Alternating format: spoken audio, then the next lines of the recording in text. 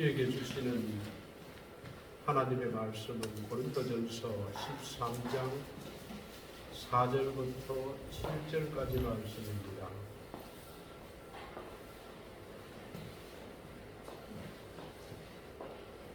같이 합독해서 읽도록 하겠습니다. 시작. 사랑은 참고 사랑은 용하며 시기하지 아니하며 사랑하지 아니하며 교만하지 아니하며 오래 대하지 아니하며 자기의 의하지 아니하며 손대지 아니하며 악한 것을 생각하지 아니하며 후회를 기뻐하지 아니하며 지혜와 함께 기뻐하고 모든 것을 참으며 모든 것을 믿으며 모든 것을 바라며 모든 것을 견디느니라. 어떤 생물학 박사가 임상 실험을 하여서 7월 2마리를 키우면서 실험을 해봤습니다. 한 마리 쥐는 사랑을 듬뿍 주고 키우고, 다른 한 마리 쥐는 스트레스를 주고 충격을 주면서 키웠습니다. 그렇게 6개월이 지나자 사랑을 받은 쥐는 점점 건강하고 힘이 넘치고, 반대로 스트레스를 받고 상처를 받은 쥐는 몸에 암세포가 생겨나기 시작하더랍니다.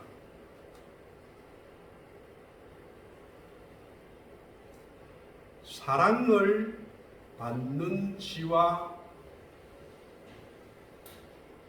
그렇지만은 사랑을 받는 사람도 이와 똑같습니다. 사랑을 받지 못하면은 사람도 망가집니다. 사랑을 받은 사람은 건강하고 쾌활하고 밝고 소망에 넘칩니다. 미국의 홉킨즈 대학의 한 교수가 대학원생을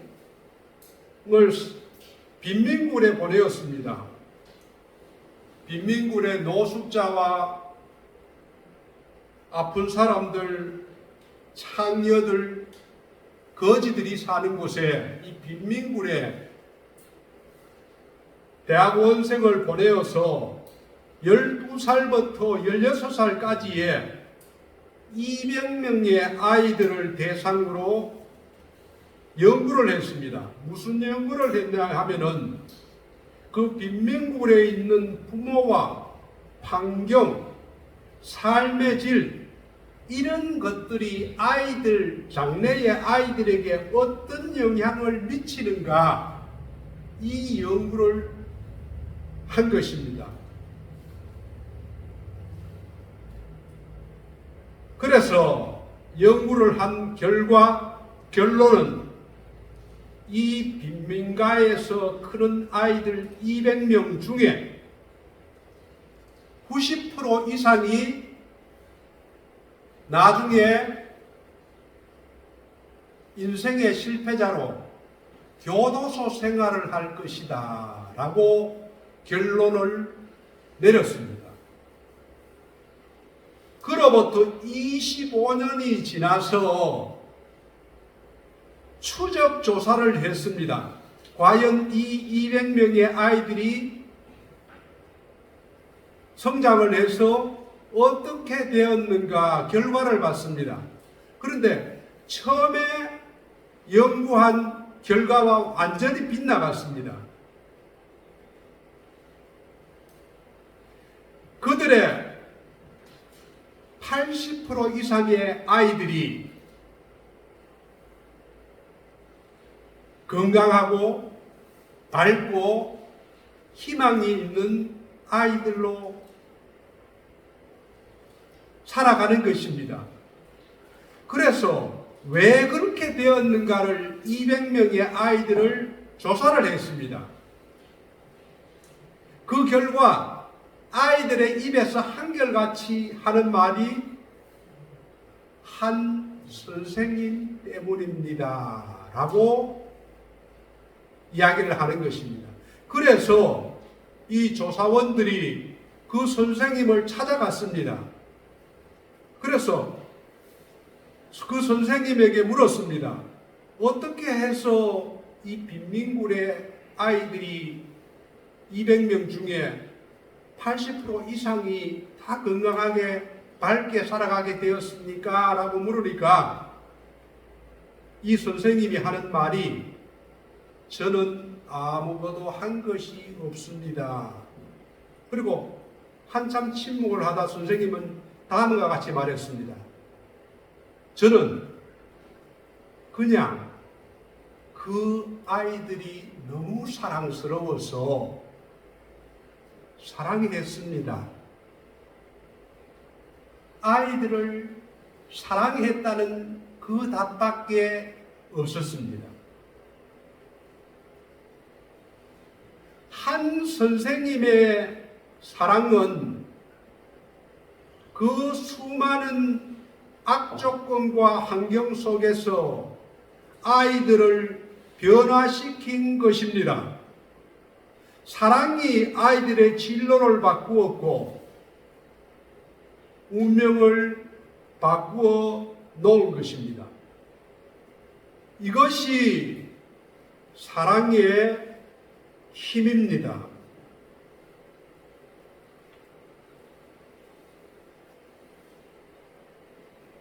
오늘 본문은 사도 바울이 고린도 교회에 보낸 서신입니다. 고린도 교회는 하나님의 은사를 받아서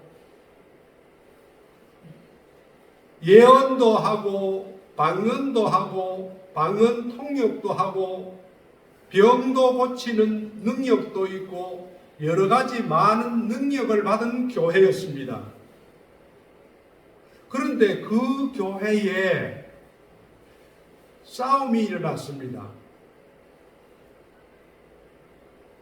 그래서 바울은 고린도 교회를 보고 사랑이 없다고 지적을 하고 사랑이 없으면은 가정도 교회도 나라도 민족도 싸움터로 변하는 것입니다. 하나님께서 우리에게 주시는 은사 중에서 가장 큰 은사가 사랑입니다. 하나님은 사랑 자체이시기 때문에 예수를 믿는 사람도 하나님의 사랑을 받아서 사랑을 하는 사람입니다. 그런데 사랑은 말로만 하는 것이 아니고 행동으로 하는 것이고 또 사랑은 사랑하는 방법을 알아야 가능합니다. 오늘 4절부터 7절까지의 사랑을 정의하는 15개의 동사가 나옵니다. 이 동사라는 것은 행동을 할 때 사랑이 이루어지는 것이고 행동을 하지 않는 것은 사랑이 아니라는 것입니다. 4절부터 7절 말씀을 보십시오. 사랑은 오래 참는 것이다. 사랑은 온유, 친절한 것이다. 사랑은 남을 시기하지 않는 것이다. 사랑은 자랑하지 않는 것이다. 사랑은 교만하지 않고, 사랑은 가족에게나 이웃에게 무례히 행하지 아니한다. 사랑은 자기의 유익을 구하지 아니한다. 왜 싸움이 나고 다툼이 납니까? 자기의 유익을 구하기 때문에 그렇습니다. 상대방의 유익을 먼저 생각하면은 절대로 무례하게 행할 수도 없고, 그리고 사랑은 성내지 않습니다. 성을 내는 사람, 그 사람은 사랑을 하지 않는 사람이요, 사랑의 방법을 모르는 사람입니다. 악한 것을 생각하지 않습니다. 불의를 기뻐하지 않습니다. 세상에 불의가 가득한데도 그것을 그냥 묵과한다면 사랑하는 사람이 아닙니다. 그리고 진리와 함께 기뻐하고 모든 것을 참으며 모든 것을 믿으며 모든 것을 바라고 모든 것을 견디는 사람이 온전한 사랑을 하는 사람입니다. 이와 같이 온전한 사랑을 하는 사람은 거의 불가능합니다. 이렇게 사랑한 사람이 누굴까요? 예수님입니다. 이 사랑이라는 단어에 예수님은 오래 참고, 예수님은 친절하고, 예수님은 시기하지 않고, 예수님은 자랑하지 않고, 이것을 대입해 보면은 예수님은 완전한 사랑 그 자체입니다. 만약에 자기 이름을 한번 넣어 보십시오. 김기옥 씨는 오래 참는다. 이덕연은 친절하다. 우리 박하자 집사님은 성내지 아니한다. 자기 이름을 넣어가지고 이야기를 해보십시오. 내가 그런 사람인가? 그렇지 않는 사람인가? 그렇지 않다면은 나는 사랑을 모르는 사람이요, 사랑에 하는 방법을 알지 못하는 사람입니다. 여기서 사랑은 가장 먼저 오래 참는다고 이야기를 합니다. 오래 참는다는 것은 좋은 상황에서 오래 참는 것이 아닙니다. 오래 참는다는 것은 참을 수 없는 상황에서 참는 것이 오래 참는 것입니다. 쉽게 성을 내는 사람,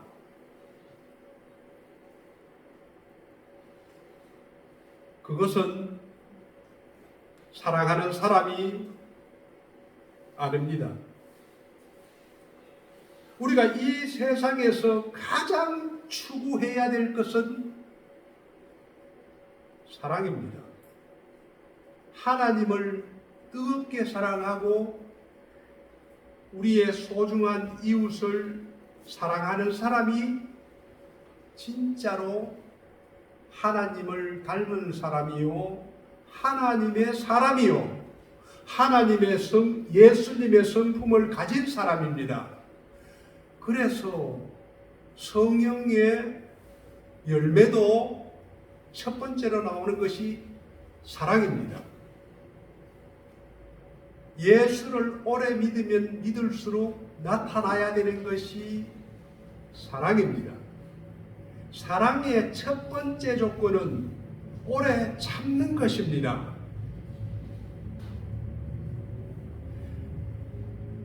예수님께 어떤 율법사가 물었습니다. 선생님, 내가 무엇을 하여야 영생을 얻으리까? 영생이라는 것은 영원한 생명이 아니고 지금 내가 하나님과 함께하고 천국에 가서도 하나님과 영원히 함께 할 수 있는 방법이 무엇입니까? 라고 물었을 때에 율법에는 무엇이라고 기록되었느냐라고 예수님께서 물으니 율법사가 이렇게 대답합니다.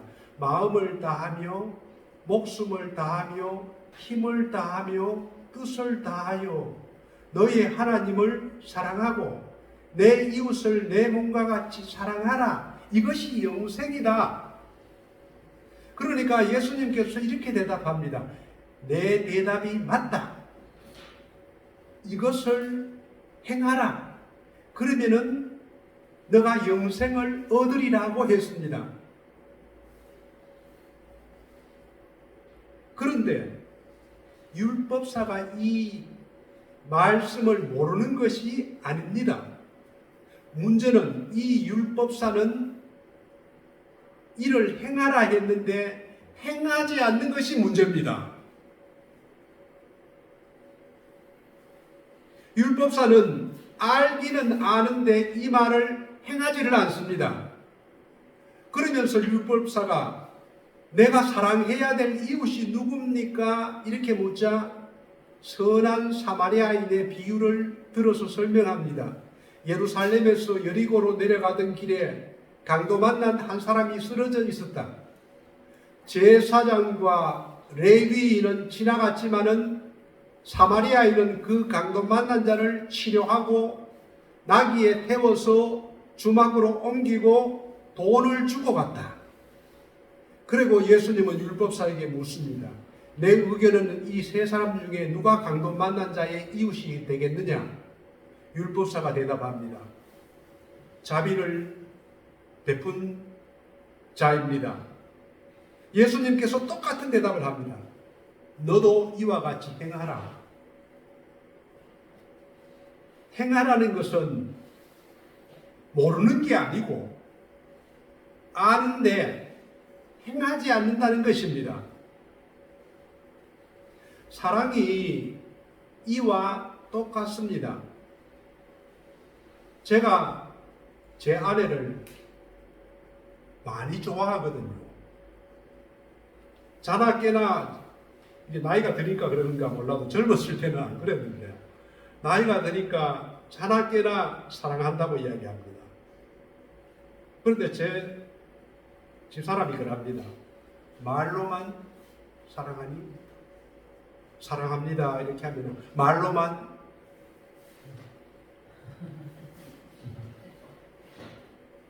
그래서 제가 깨달은 게 말로만 하는 게 아니구나.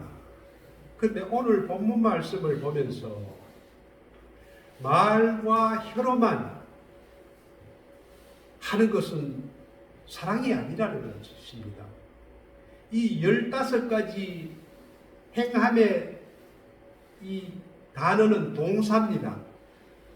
동사는 행동하는 만큼 사랑한다는 것입니다. 아무리 말로 떠들어도 행동하는 만큼 사람을 사랑한다는 것입니다. 사랑에는 반드시 희생이 따릅니다. 시간이 들어가야 되고 행동이 들어가야 되고 손과 발이 고생을 해야 되고 필요하면은 돈도 들어가야 됩니다. 내가 이웃을 사랑한다면은 이웃이 어려운 환경에 처했을 때에 전화를 해야 됩니다. 얼마나 아프냐? 괜찮으냐? 그리고 찾아가고 하나님을 사랑한다는 것도 마찬가지입니다. 하나님을 위해서 내 자신이 가진 것을 마음을 들이고 시간을 들이고 물질을 드리는 것입니다. 그런데 문제는 우리 모두가 어쩌면 사랑을 알 수도 있어요. 그런데 사랑에 서툴다는 것입니다.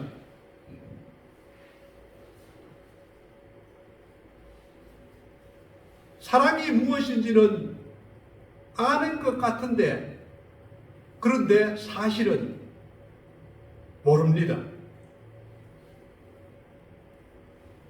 그리고 사랑을 배우려고도 하지 않습니다. 자신이 사랑을 모른다면 배울 수가 있습니다. 그런데 자기가 스스로 생각할 때에 나는 사랑이 있는 사람이야 착각을 합니다. 나는 사랑이 많은 사람이야.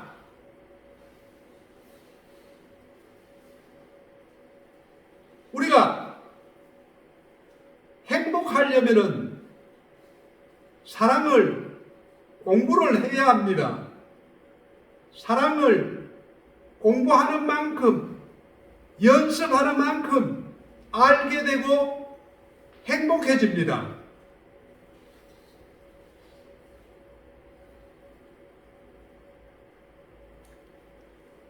사랑은 오래 참는다고 하는데 오래 참지 않고 신경질을 내고, 사랑은 성내지 아니한다고 하는데 성을 내고 쉽게 분노하고,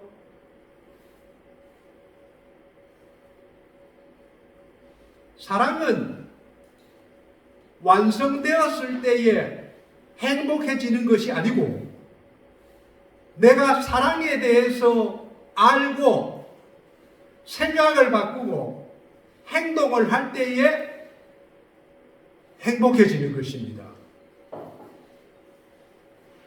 저는 착각을 많이 했습니다. 저는 스스로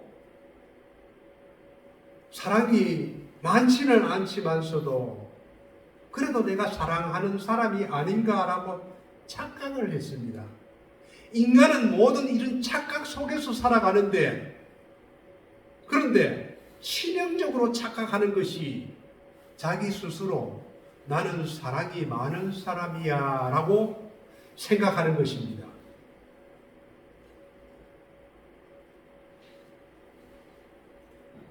이 사랑의 동사는 현재형입니다. 내가 과거에 오래 참은 사람이다 이것이 아니고, 내가 미래에 오래 참을 사람이다 이것도 아니고, 현재에 내가 참고 있는가? 오늘날의 사람들은 대부분 조급합니다.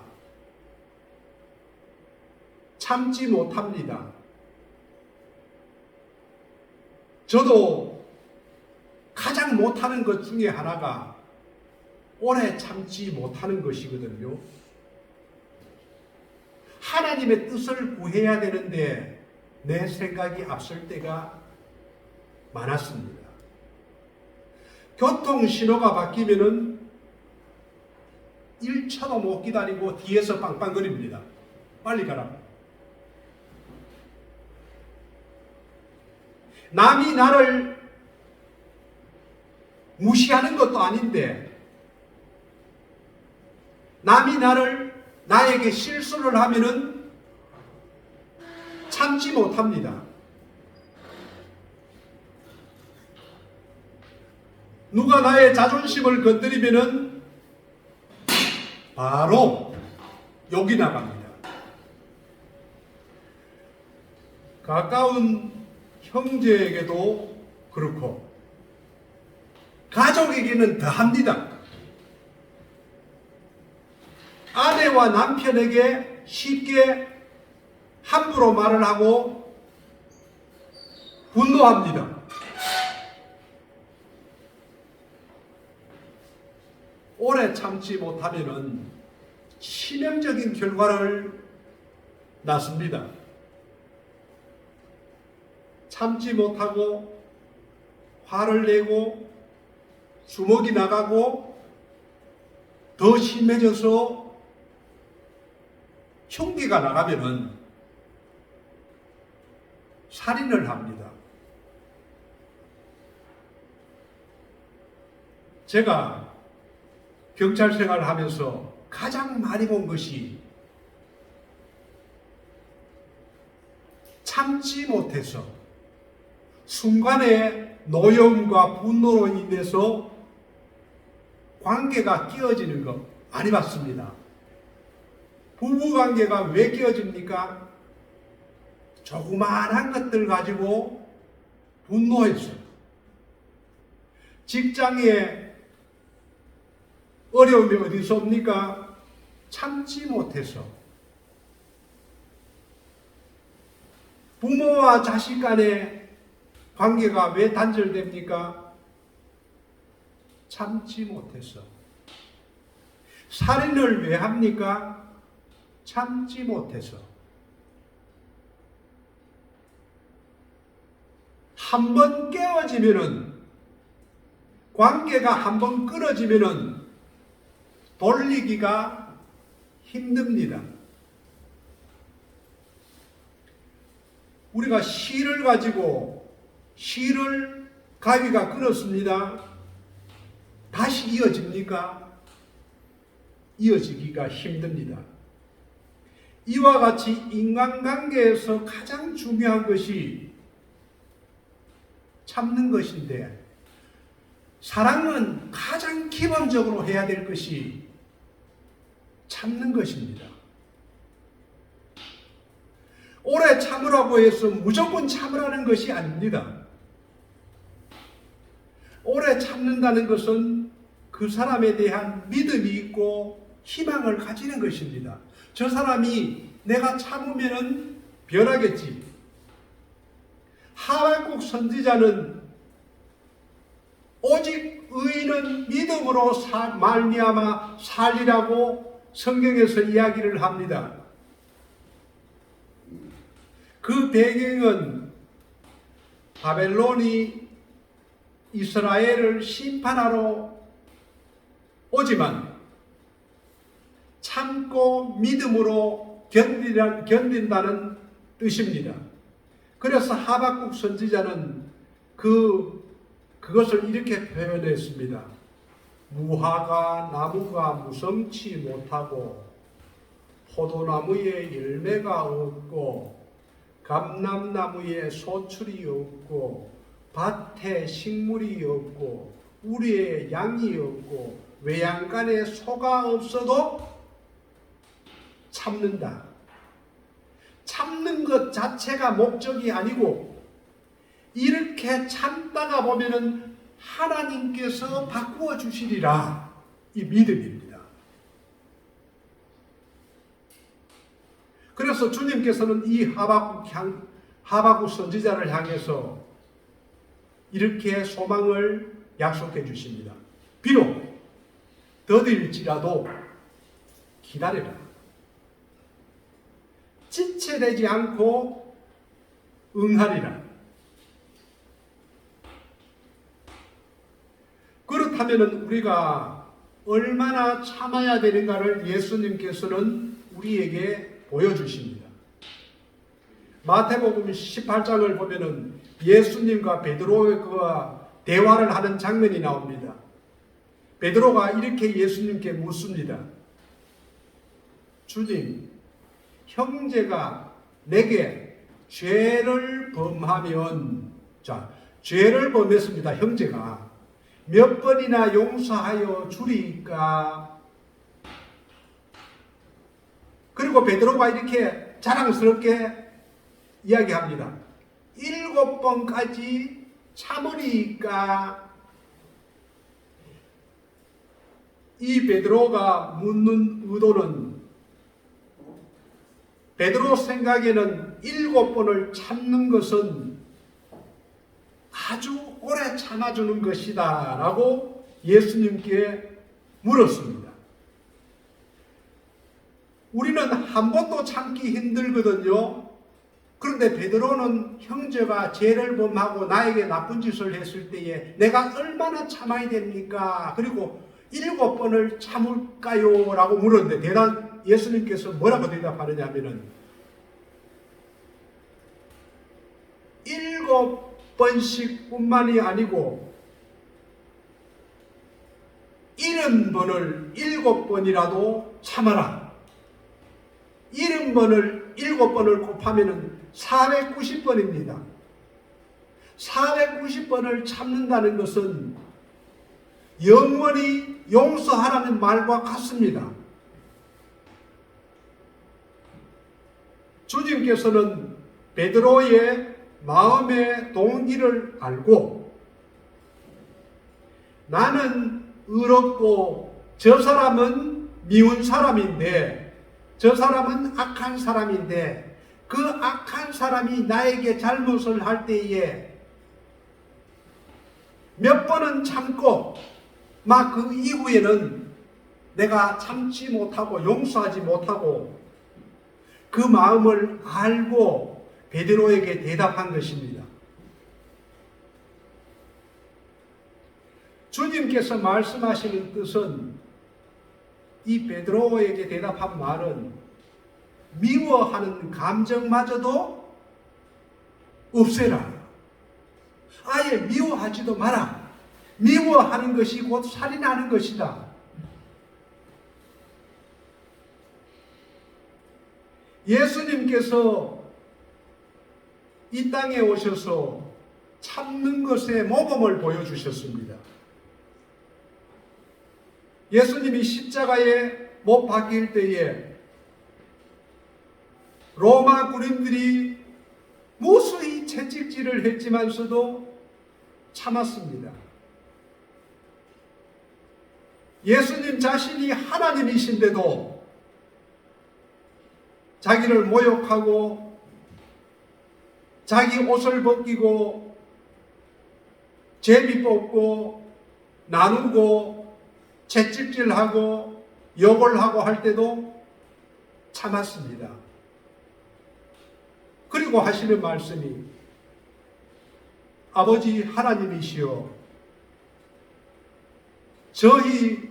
저들을 사하여 주시옵소서. 저들은 자기가 하는 것을 알지 못합니다. 라고 이렇게 말하면서 참았습니다. 사도 바울도 참 악한 사람이었습니다. 스데반이 죽음을 당할 때도 바울은 함께 했습니다.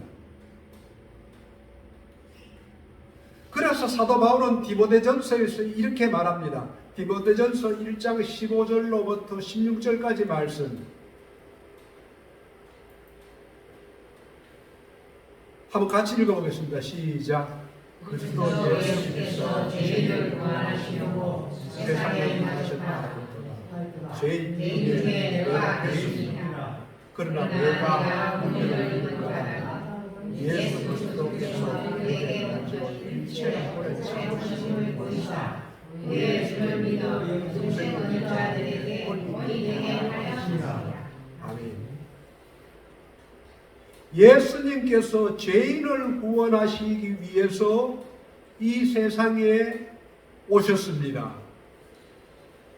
그리고 바울은 이야기를 합니다. 죄인 중에 내가 괴수였다.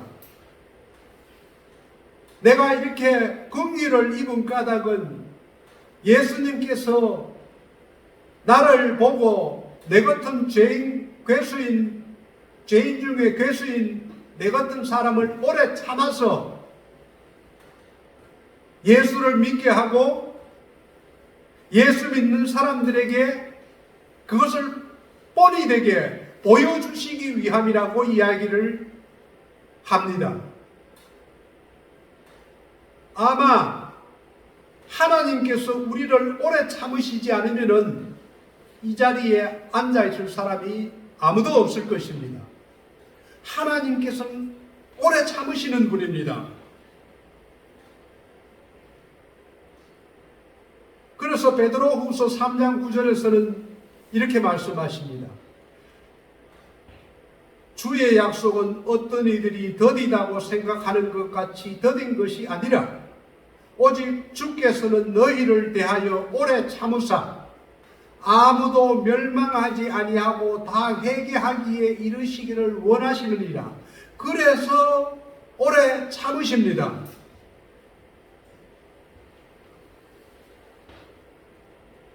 하나님께서는 우리에게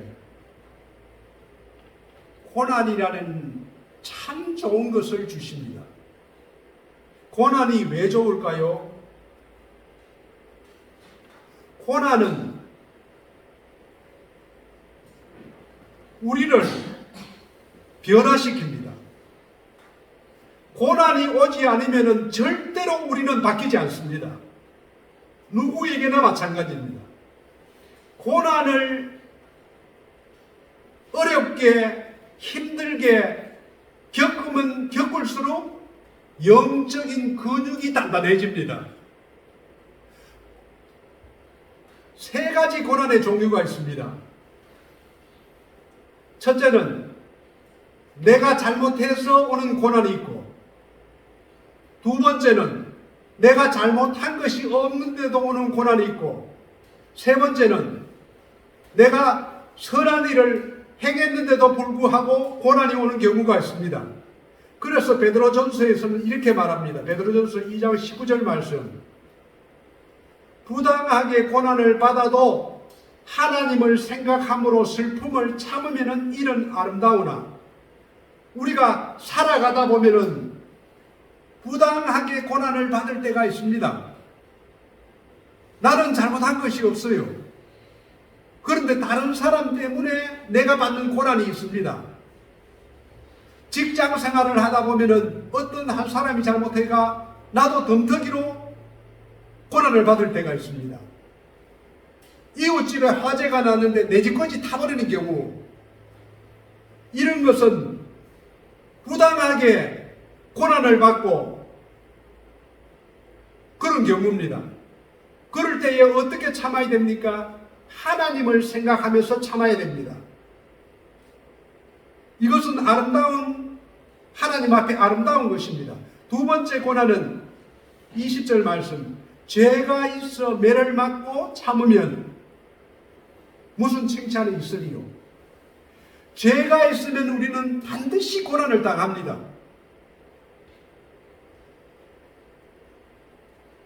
마지막으로 내가 착한 일을 했는데도 고난을 받을 때가 있습니다. 20절 말씀. 그러나 선을 행함으로 고난을 받고 참으면 이는 하나님 앞에 아름다우니라.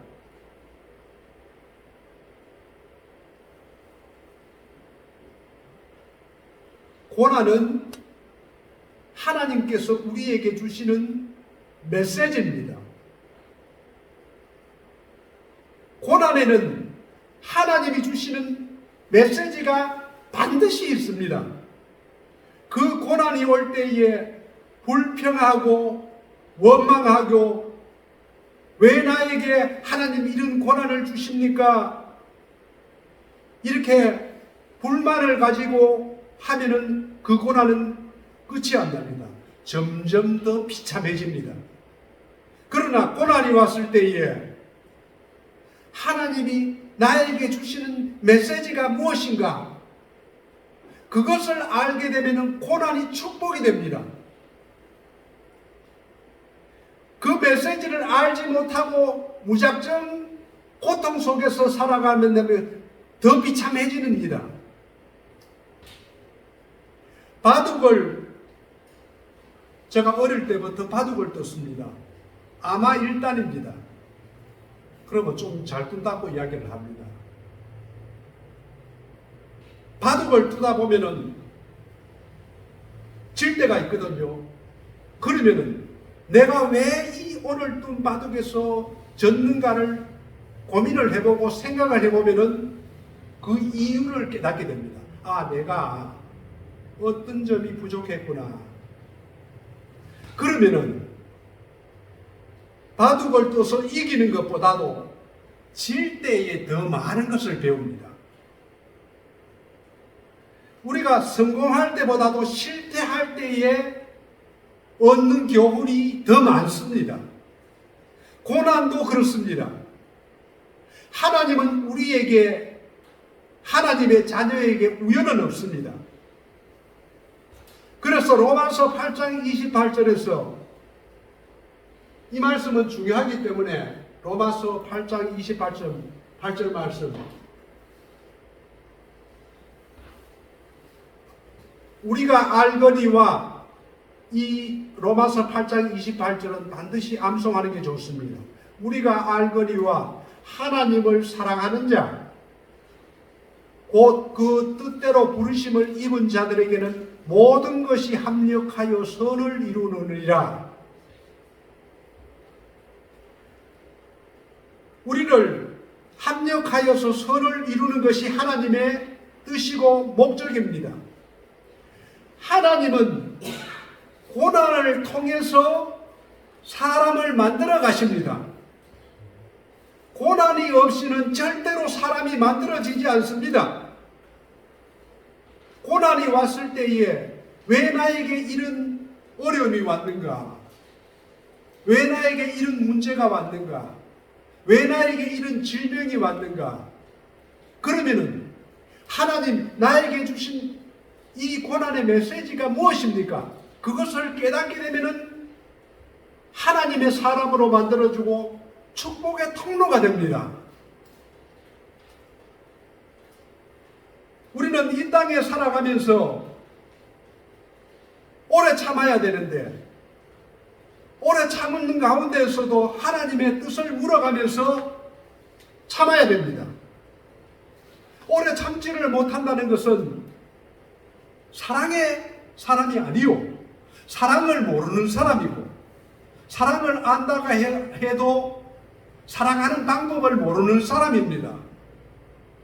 하나님은 우리에게 가장 큰 목적이 하나님을 사랑하고 사람을 사랑하는 것입니다. 우리가 사랑의 사람으로 바뀌기를 원합니다.